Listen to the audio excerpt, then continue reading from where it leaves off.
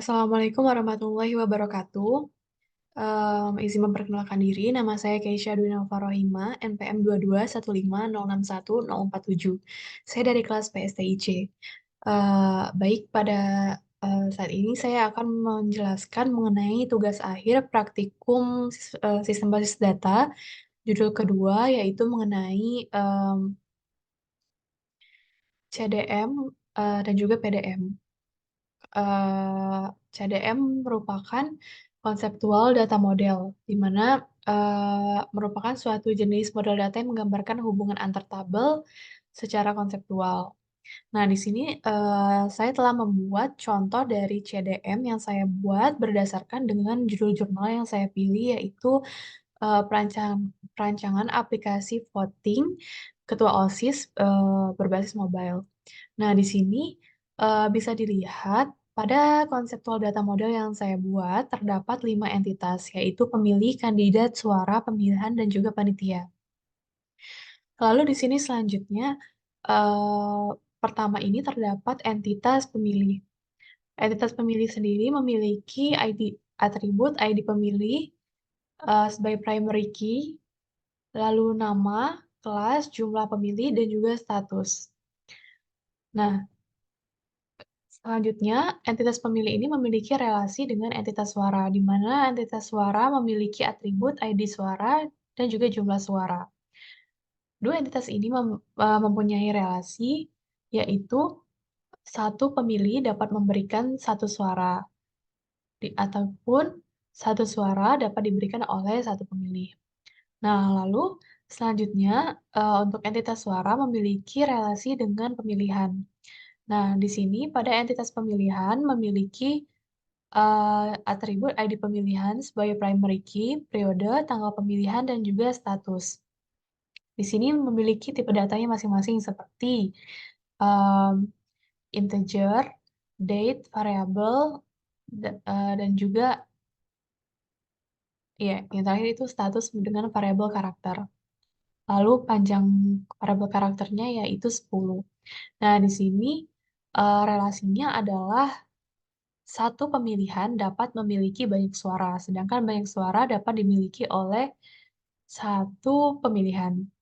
Lalu selanjutnya terdapat entitas kandidat. Kandidat ini juga memiliki atribut ID kandidat sebagai primary key, lalu dengan tipe datanya integer, dengan atribut lainnya seperti nama, kelas, jumlah kandidat, visi, dan misi, dengan tipe data yang berbeda yaitu variabel karakter dan juga integer.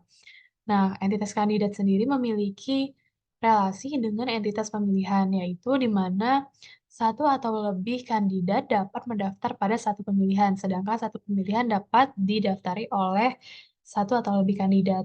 Nah, selanjutnya terdapat entitas panitia. Di sini, pada entitas panitia memiliki atribut ID panitia sebagai primary key, lalu nama, jabatan, dan juga status.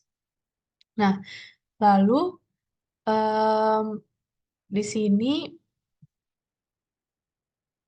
entitas panitia sendiri memiliki relasi dengan juga dengan entitas pemilihan, yaitu relasinya adalah satu atau lebih panitia atau banyak panitia dapat mengawasi satu pemilihan, sedangkan satu pemilihan dapat diawasi oleh banyak panitia. Nah, selanjutnya dari konseptual data model ini dapat di-generate langsung menuju physical data model. Caranya yaitu pertama diklik tools. Nah, pada tools ini dapat dipilih generate to physical data model. Nah, di sini dapat dilihat terdapat setting atau pengaturan mengenai nama dan juga kode file yang akan disimpan. Nah, di sini kita rubah namanya jadi PDM TA Keisha. Nah, di sini bisa langsung kita lakukan generate.